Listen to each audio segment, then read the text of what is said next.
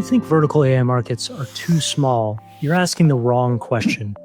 The real question isn't how big the software market looks today. It's how big of an opportunity for technology, services, even labor is for AI solutions in the future.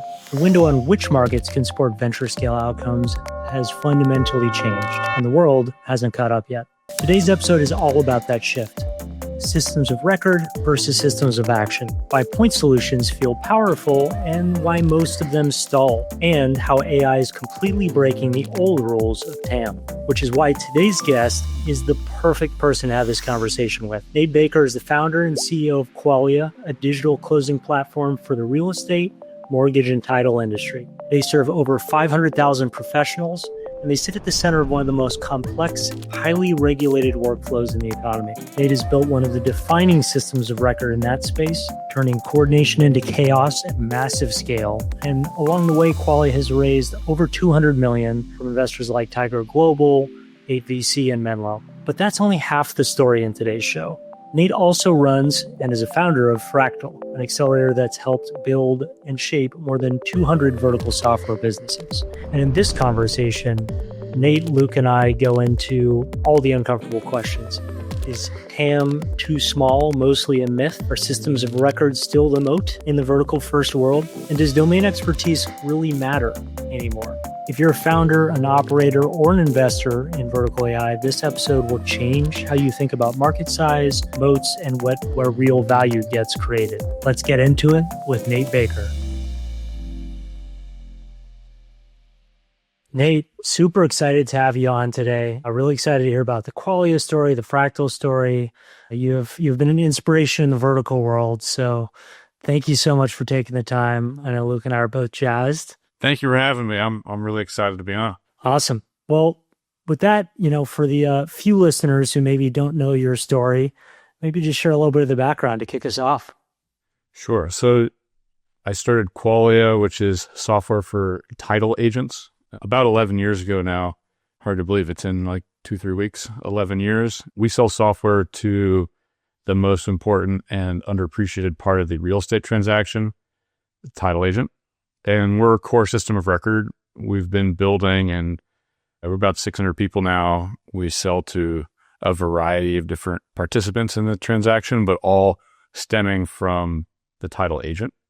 And then also about 6 years ago, I started Fractal, which is a company that launches vertical SaaS companies. We've started 150 vertical SaaS companies at this point, and we're doing a bunch of new stuff in AI right now as well.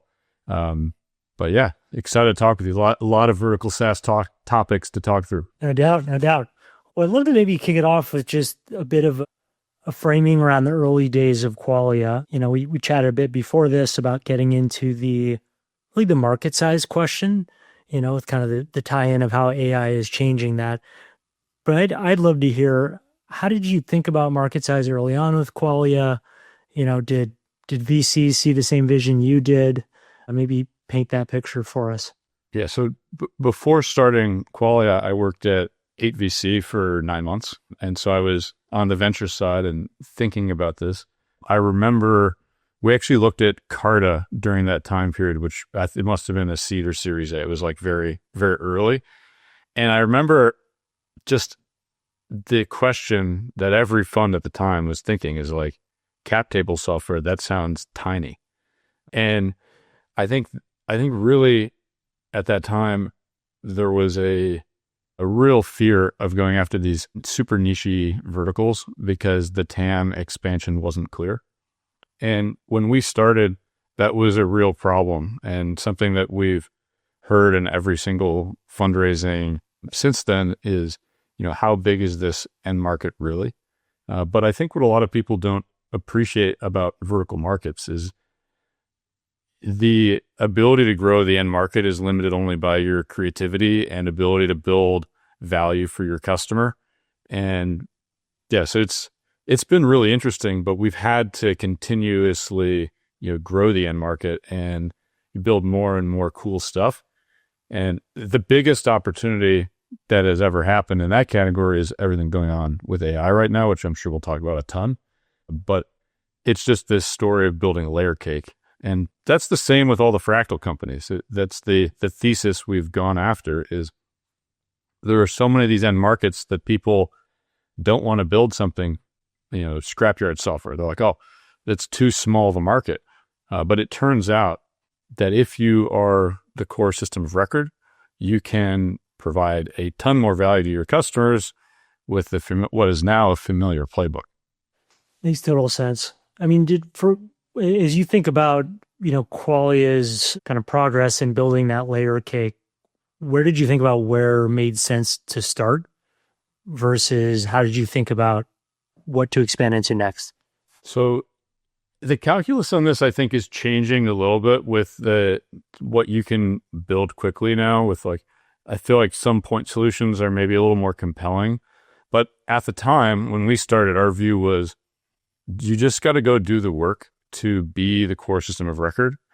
And it's going to take years and you're going to have to, deal with the deep regional complexity. And in our end market, there's just unbelievable complexity in the local, county, state setup. And every single state we'd go to, a customer would say, oh, you've not done anything in North Carolina before? North Carolina is the most complicated state in the country. And they were usually correct. There was something, and we had to kind of work through that. But yeah, I think going and being the core system of record has been the right strategy for most vertical market software. But I think one of the biggest open questions right now is if that's shifting. Totally agree. I mean, Luke and I have, obviously that's a topic that comes up on this pod a ton. Yeah, it's hard to balance, right? Because you see some of these point solutions growing so quickly and it's hard to turn down, that growth. But I don't know, what does your gut tell you? I mean, is it case by case, or do you still think doing the hard work up front matters in the post LLM era? I think that I'm much more interested right now in speed to market and getting to real revenue scale, particularly in an environment where durable competitive advantage is more of a question mark, especially as you're thinking like, okay, I'm going to build this ERP. It's going to take me 3 years to get to, $1 million ARR. If you're starting from scratch, that's a tough timeline given what's going on right now, where it's like, what's Gemini 4.5 going to be doing then? Like, I don't know, but it's probably going to be changing the game. And yeah, so I'm much more right now skewing towards speed to market. So has your perspective shifted in the, like you guys said up front, we're going to do the work and be the system of record, and we're going to bite the bullet on the timeline and, and the pain that exists up front. Has that flipped? Like I heard you say like, yes, we got to be the core system of record, but I'm skewing more towards GTM. Like the other path is obviously the wedge path, right?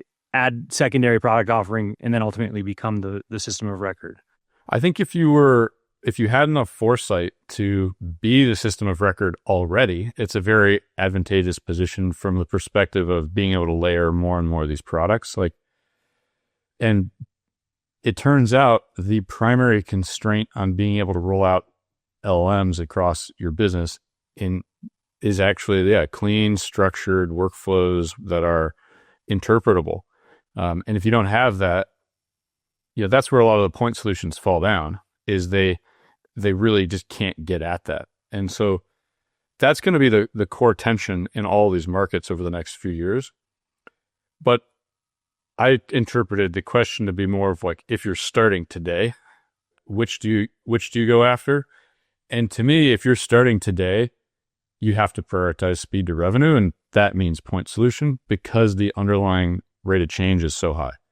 And so, yeah, it's a difficult question, but it's good. I think the competitive advantage of some of the legacy incumbents, like they're going to get commoditized in a lot of these different end categories anyway.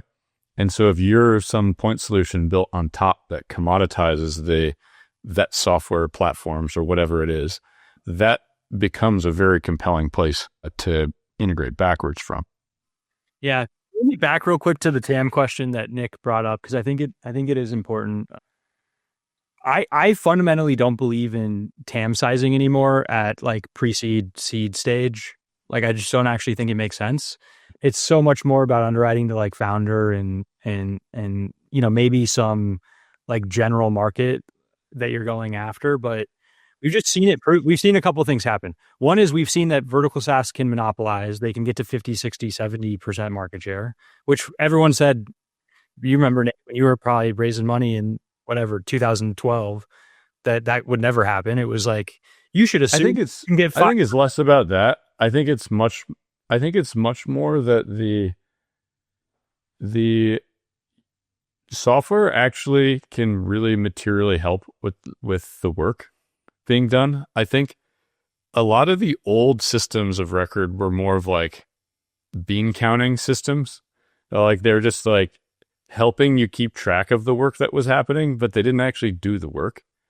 And I think what's happened is that these software platforms they're more interchangeable with the actual labor that is going You're getting into into the employee end market. spend versus like this blanket portal. Yeah.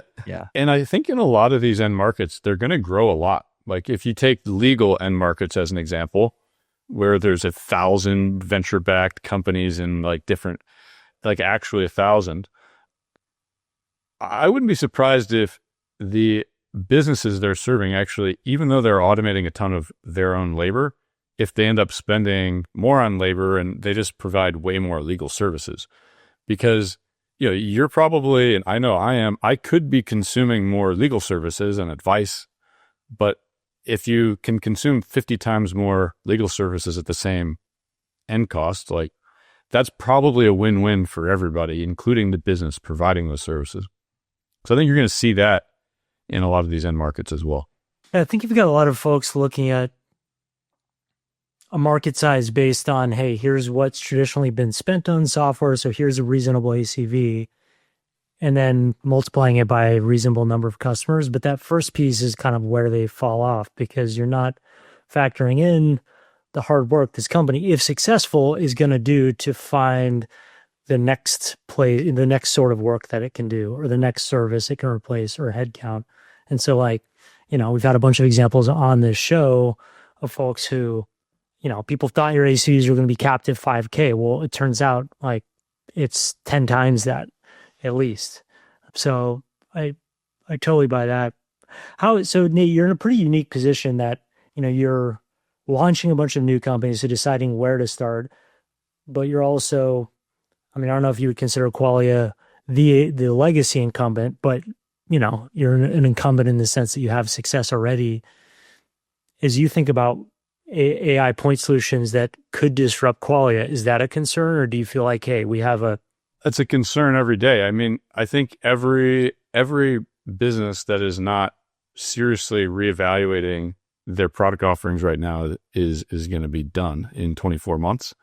Like the ability to build new stuff is just profound right now. And I'm waiting on some Claude Code stuff right now while we're on doing this, because there's going to be like, you can just make stuff now. It's pretty cool. And as someone who likes building stuff, like my main thing is like product and ideas about like what can you go out and build. It's the most exciting time ever. So take a little bit of offense to your calling us a legacy incumbent. I'd say the legacy not incumbent, an incumbent, not a legacy incumbent. Yeah, you become incumbent. I would say the category of company I'm really excited about right now is actually like the tiger portfolio companies that took like a tremendous amount of heat in 21, 22, who've been, all in the gym getting a distribution for 5 years, and who were at some scale, found discipline, and actually are creative in product and have good engineering teams if they've been able to keep grinding and growing really well, where there's actually distribution as well as the ability to go launch all this new stuff. And what we're seeing is that customers in our end market, they know AI is important. Like they, in their day-to-day, use ChatGPT, and they're like, wow, like this is ridiculous. Like, why can't I get this in my business? And the level of demand is so high that I think we're seeing huge acceleration across all of our products because we are the player in the market that can provide that. And the actual legacy incumbents, which in our case, the biggest one's called SoftPro, they just can't keep up because they're like a super actual legacy on-premise type of situation. And so it's going to be really interesting how that changes a lot of these markets. But in the same way, if we didn't do that, if we weren't really on offense trying to build incredible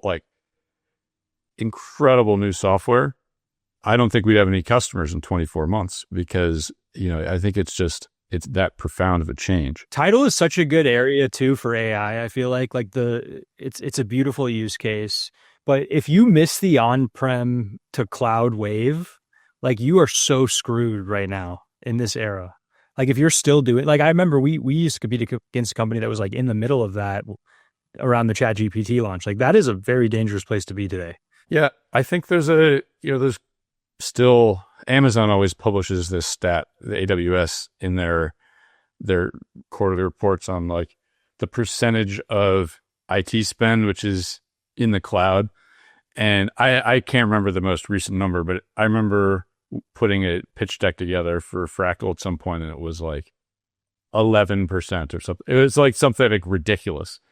And so the interesting thing is we're still in the very early innings of cloud, like in a lot of these end markets, which is crazy. Like that makes no sense.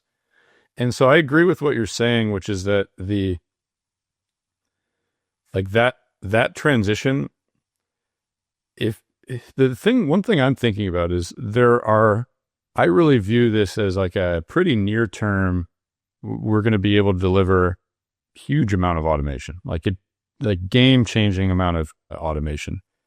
And for companies that aren't making the jump to the web-based, AI native platform that can do this sort of thing, I just don't know it'll be interesting to see like the market dynamics that play out in all these end markets, like just auto dealers that have these, there's so many great, AI calling services for auto dealers now.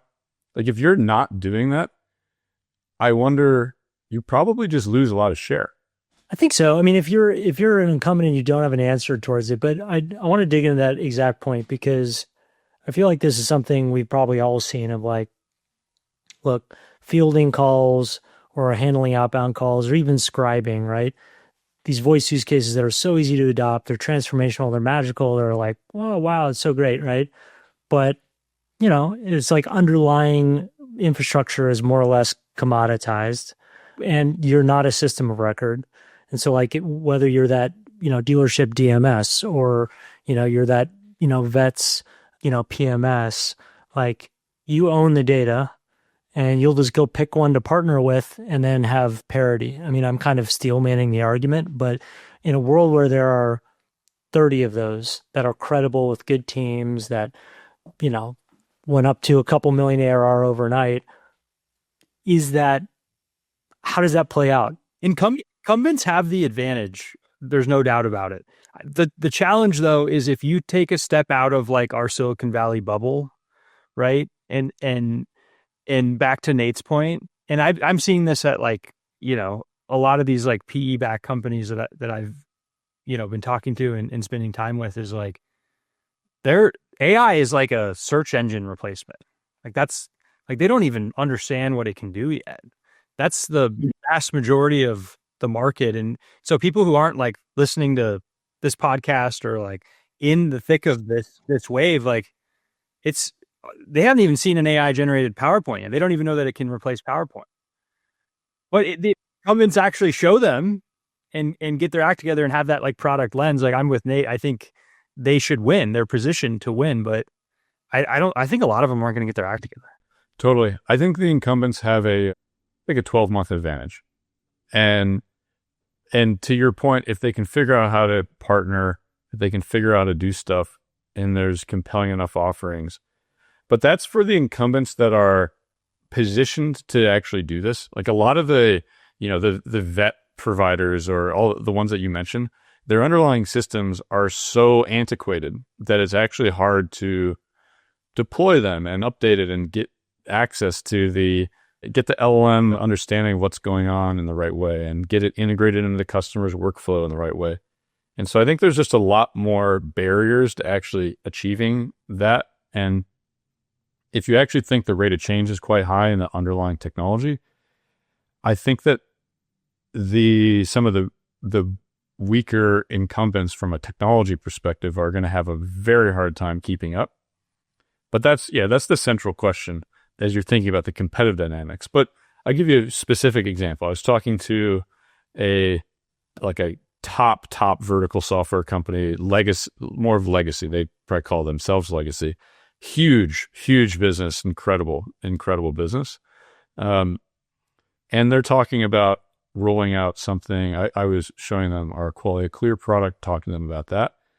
And they said, oh yeah, we're building this. We'll have something similar out in like 18 months, maybe 12 months. And I think that is the mindset that a lot of these businesses are operating in. And that's just not going to be sufficient, because in 6 months, what is currently in the market is going to be legacy, and you're going to have to be pushing so hard. And I think that's the fun right now. But that's also what I think the software vendors just aren't getting through in most cases. We wanted to take 10 seconds to call out our partner and supporter on Verticals, Paraffin. You already know why embedded finance is important. You want to power all the ways your customers make money and grow their business. But you don't want to be a bank, you don't want to be a credit card company, you don't want to be a lender. Paraffin can help you with that. They help portfolio companies of ours, friends of ours, hundreds of other vertical founders increase retention, increase revenue, grow their TAM. So if you don't know Paraffin, please take a second to check them out. You can go to paraffin.com, that's 1F, or the link is below this video. Thanks for listening, and back to the show. I think you hit the nail on the head. Like, if legacy incumbents could move quickly, probably none of us would be doing the same job. But the thing my head keeps coming back to is, Nate, to your point, if just the fundamental pace of software development and the ability of like what you can take on as a early stage venture-backed team has fundamentally changed.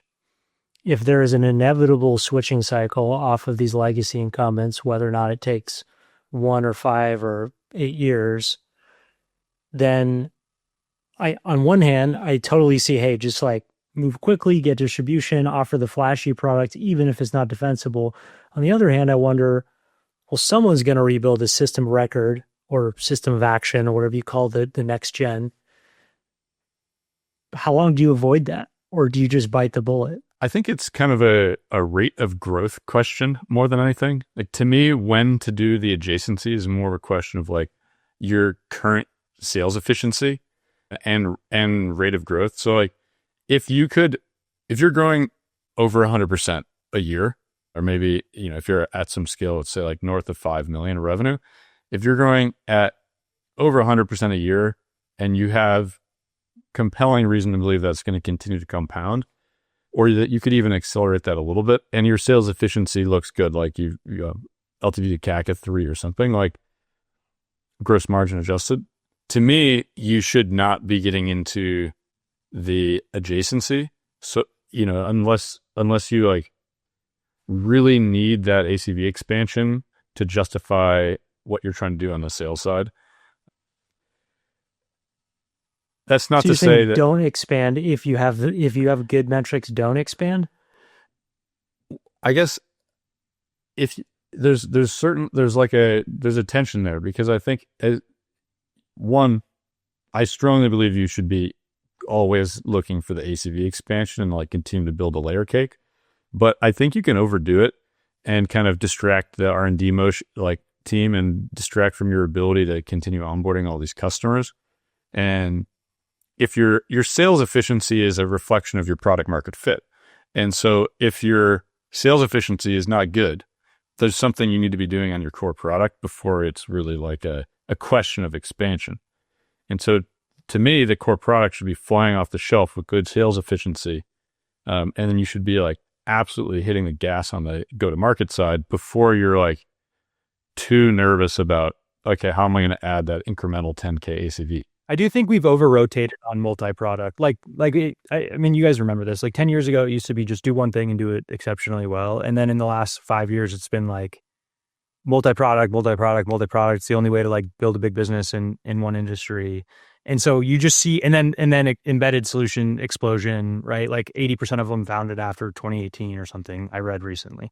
So we have seen that. And like, I don't think I'm with Nate on like specific, like strong performance. I think it's actually more of an art than science. Push back if you disagree, but like you got to build secondary and tertiary products, but you can't just go and build 30, embedded solutions and think you're going to be successful. In a lot of ways, it's a semantic, it's like a categorization question of like, what is this product, versus is it one big thing? And so my point is not like stop building major features. It's probably one product at one price point until you have good ACVs, or like until you have a good sales efficiency. I think the landscape also really does matter. Like if you happen to have a market where there's like high fragmentation amongst whatever that system of record is, it might not really matter. If you have a market where, let's say we use the example of, like Epic and Cerner and EHRs, where like the power is tremendous, right? And so in that circumstance, you really got to think about it. Maybe in the circumstance where you have more leverage, you could build it earlier. Like, because I think the honest truth is, I'm all for growth and distribution, but those examples of vertical AI companies that are high initial flyers and then get turned off by a legacy system of record because they're concerned, those stories are happening too. I don't know that many of those, to be honest. I think that just from what the best way to think about it is, what are the prices that people are paying in the market in those two scenarios? And I have a lot of data points on both of them, and they're very clearly paying for growth. And so I think that from that perspective, it's like the underlying businesses are, you're saying? I'm saying like VCs, or like the capital source for these businesses have a strong preference towards growth over you build a system of record, like great.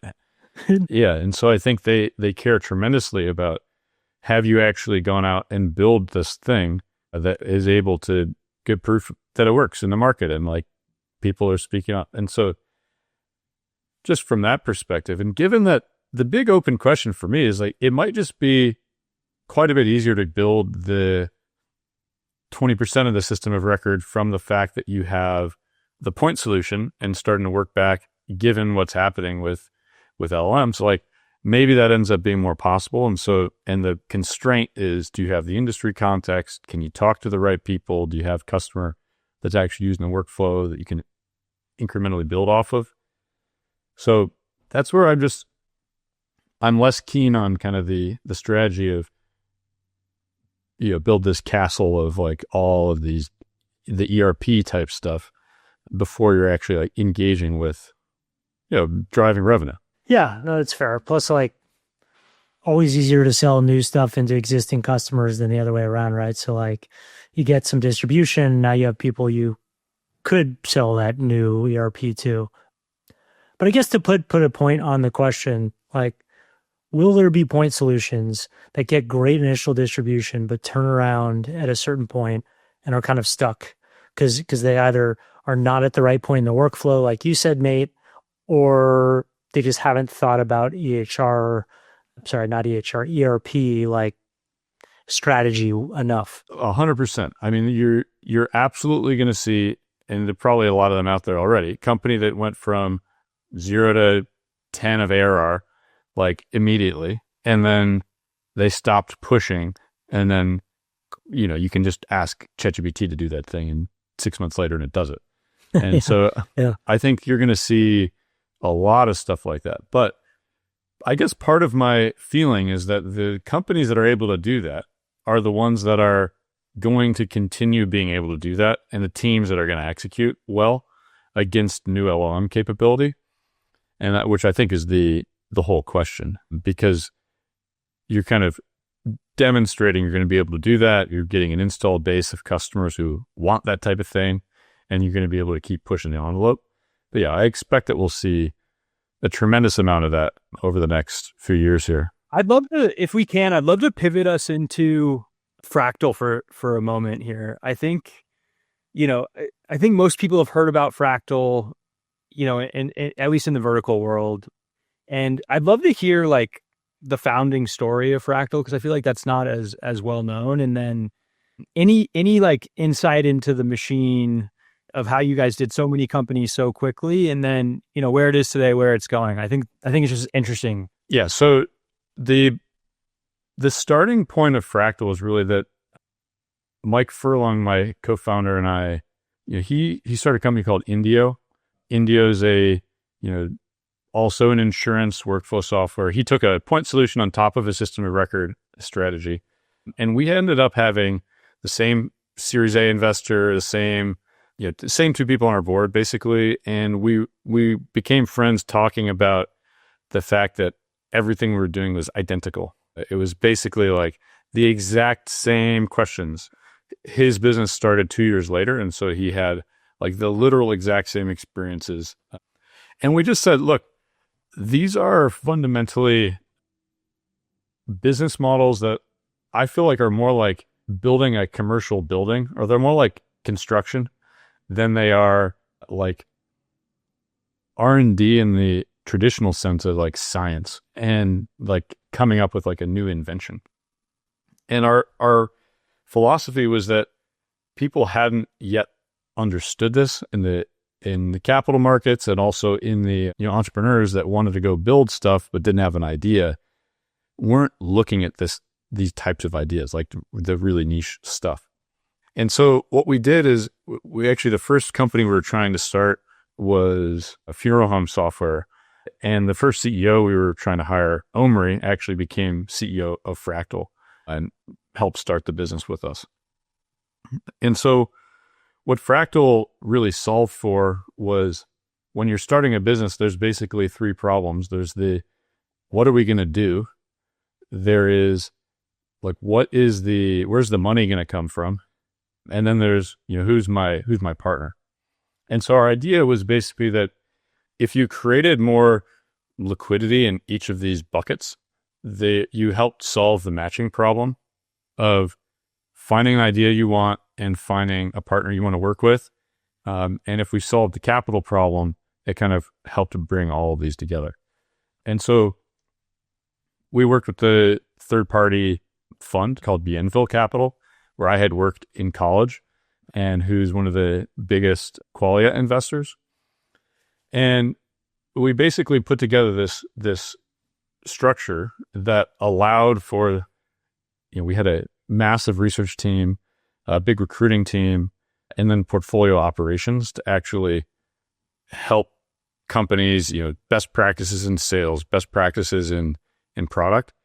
And what we saw was we're able to compress the time from you going, I want to start a company, to qualified person actually being in seat with an MVP, like a product that actually works, by about a year. And so the big value add that we created was huge acceleration in getting to the point where there's actually a product, where you have actual customers and things are moving with an idea that's really well vetted. So the first iteration of Fractal was purely vertical SaaS, and almost all of them were systems of record, like complete ERP systems of record. I gave the example of scrapyard software. That was one of our first companies, but addiction treatment, things like that, like complicated, important, underappreciated workflows. I always say like a sneaky big opportunity, where something that seems small, but it's actually like one of the most important, American enterprises that people just don't think about.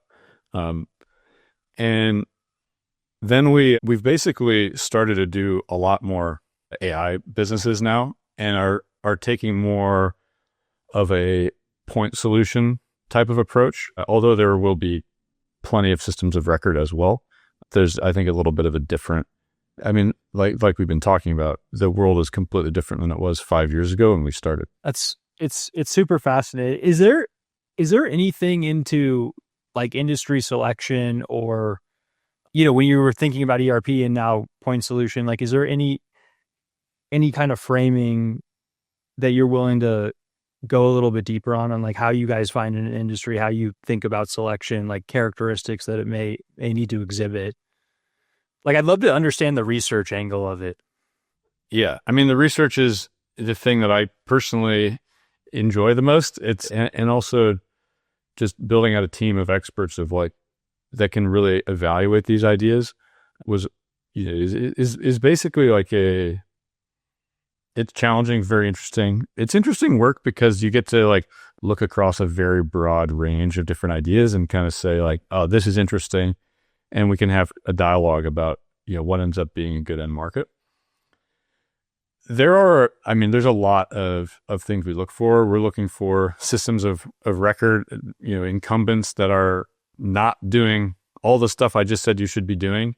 And so if you think about the last 15 years of enterprise software, a lot of what people have been talking about is, oh, what would be great? I'm going to build a Constellation or a Roper or like a Vista, where the strategy is buy something, take out a ton of R&D, cash flow the machine. That's what a lot of these companies have been doing.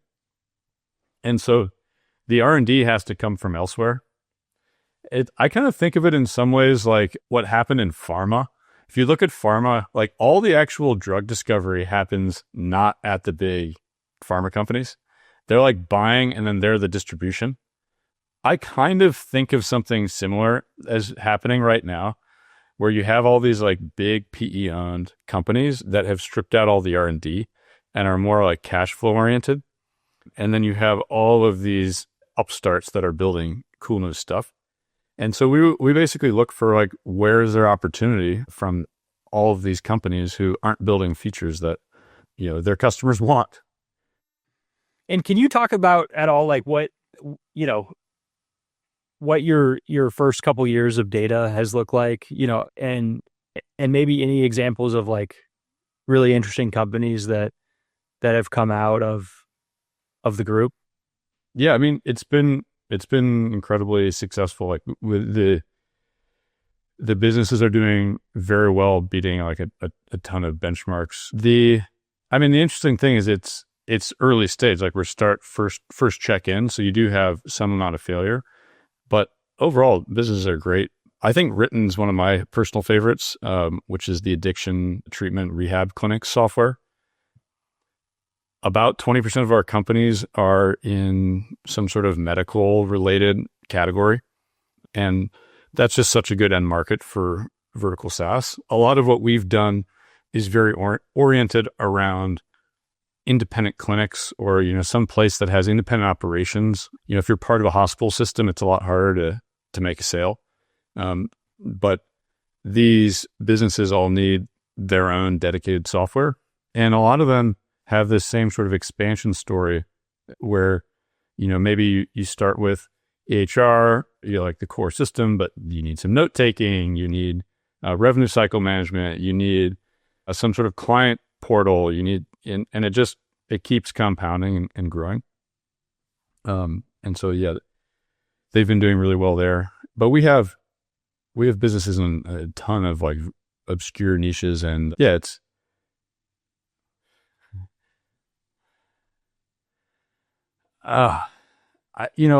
the thing is, like all these markets, they seem really niche, but then you like get into it and it's actually like they're not. So I don't have a good answer for you on that, because so many of them, like they start small, like, airplane parts or like airplane part distributor, like this sort of stuff, you or aircraft maintenance, like you think that is a small market, but that's a huge market.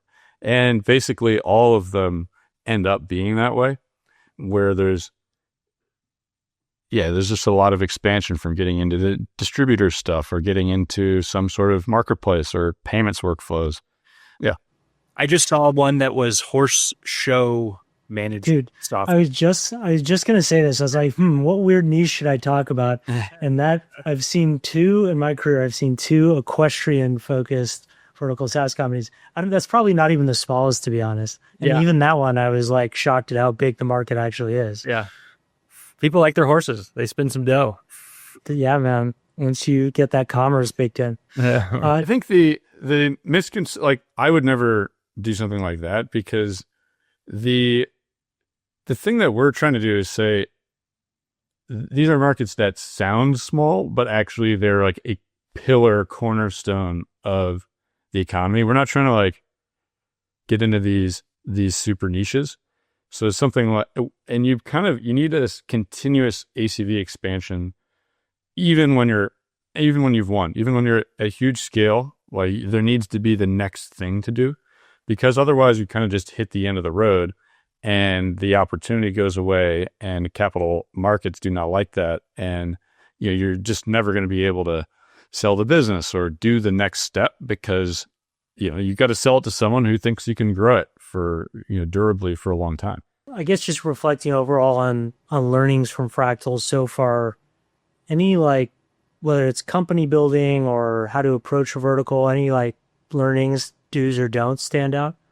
Yeah, a couple things. So we've done a lot of like the analysis on, given 150 companies, and a lot of them have aged at least 3 years at this point, and we can see future marks, like what correlates. Number one, if the founders are in the same city and do not work together 5 days a week in the office, that is very bad. If they are remote, it actually doesn't matter that much versus what I personally would have expected. The biggest signal is if they're in the same office, if they're in the same city and they could be working together, but they're not, which super interesting. Is that an indicator of like performance or product speed, or just like founder breakups? It's an indicator of performance. Yeah, it's like from like a value generation, enterprise value generation perspective. I basically have my list of like who I think is going to do the best. That has not correlated with who's done the best. It's been super interesting. Like even at multiple points, I've gone, okay, these are the 10 companies that are going to do really well. One of our best companies right now, like it felt to me like they were going to go out of business like 12 months ago, and now they're crushing it and growing really, really fast. And yeah, some of the one thing also that's really made a huge difference is founders who can sell, who are like very oriented around the commercial value of their product. And that doesn't necessarily mean they're like salespeople, which I think are, we're not trying, but like more finance oriented CEO profile who can sell but also who like cares about technology and like the craft of engineering. Because at the end of the day, these are engineering companies. And so, yeah, I would say those are kind of some of the key persona like takeaways. And then speed to execution against like time to MVP and time to first revenue, which we track for everybody, is a huge indicator. And like, we can tell like now given the distribution that we've seen, like 8 weeks after you've started, if you're like really lagging, like not good. And so it's interesting. There's just a lot of things like that are relatively higher signal than I would have expected, but still it's hard to know the outliers. And for that reason, like I think our job is different than being a VC. Like the VCs have to pick the outlier. I still don't know how they do that. That seems kind of difficult, but our approach is very much more like focused on the company formation and just like going after as many of good ideas as you can. Yep. Awesome. Well, Nate, we're about at time, but I wanted to run maybe through just like 2 or 3 rapid fire questions. I have a few, Luke, maybe if you want to think up one and, You can just agree or disagree or expound on it if you want. So first one, and these are not necessarily my views. They're just, designed to be thought experiments here. Number one, 90% of the TAM is too small concerns in the era of vertical AI are fake. It's just VCs trying to control things they can't. Agree or disagree? Yeah, I agree with that. I think that it's asking the wrong question. It's Totally. like, can you durably keep expanding the TAM? That's the only question. And of course you're going to be able to, because the LM capability is going up. And then it's like, are you actually going to beat that other team that's next to you doing the exact same thing? Love it. Okay. 2, and then Luke, I'll let you close out. Domain expertise is underrated in vertical software and vertical AI. A sharp 20-year-old engineer like Matters is helpful, but is not going to be outperformed by a domain expert with similar capabilities. I would say 8 years ago, it was overrated. I think people have generally come to the conclusion that it doesn't matter at all, which I feel like is the consensus view right now. And I think also like we did this as well. Like we were not particularly interested in domain expertise as we're building things out.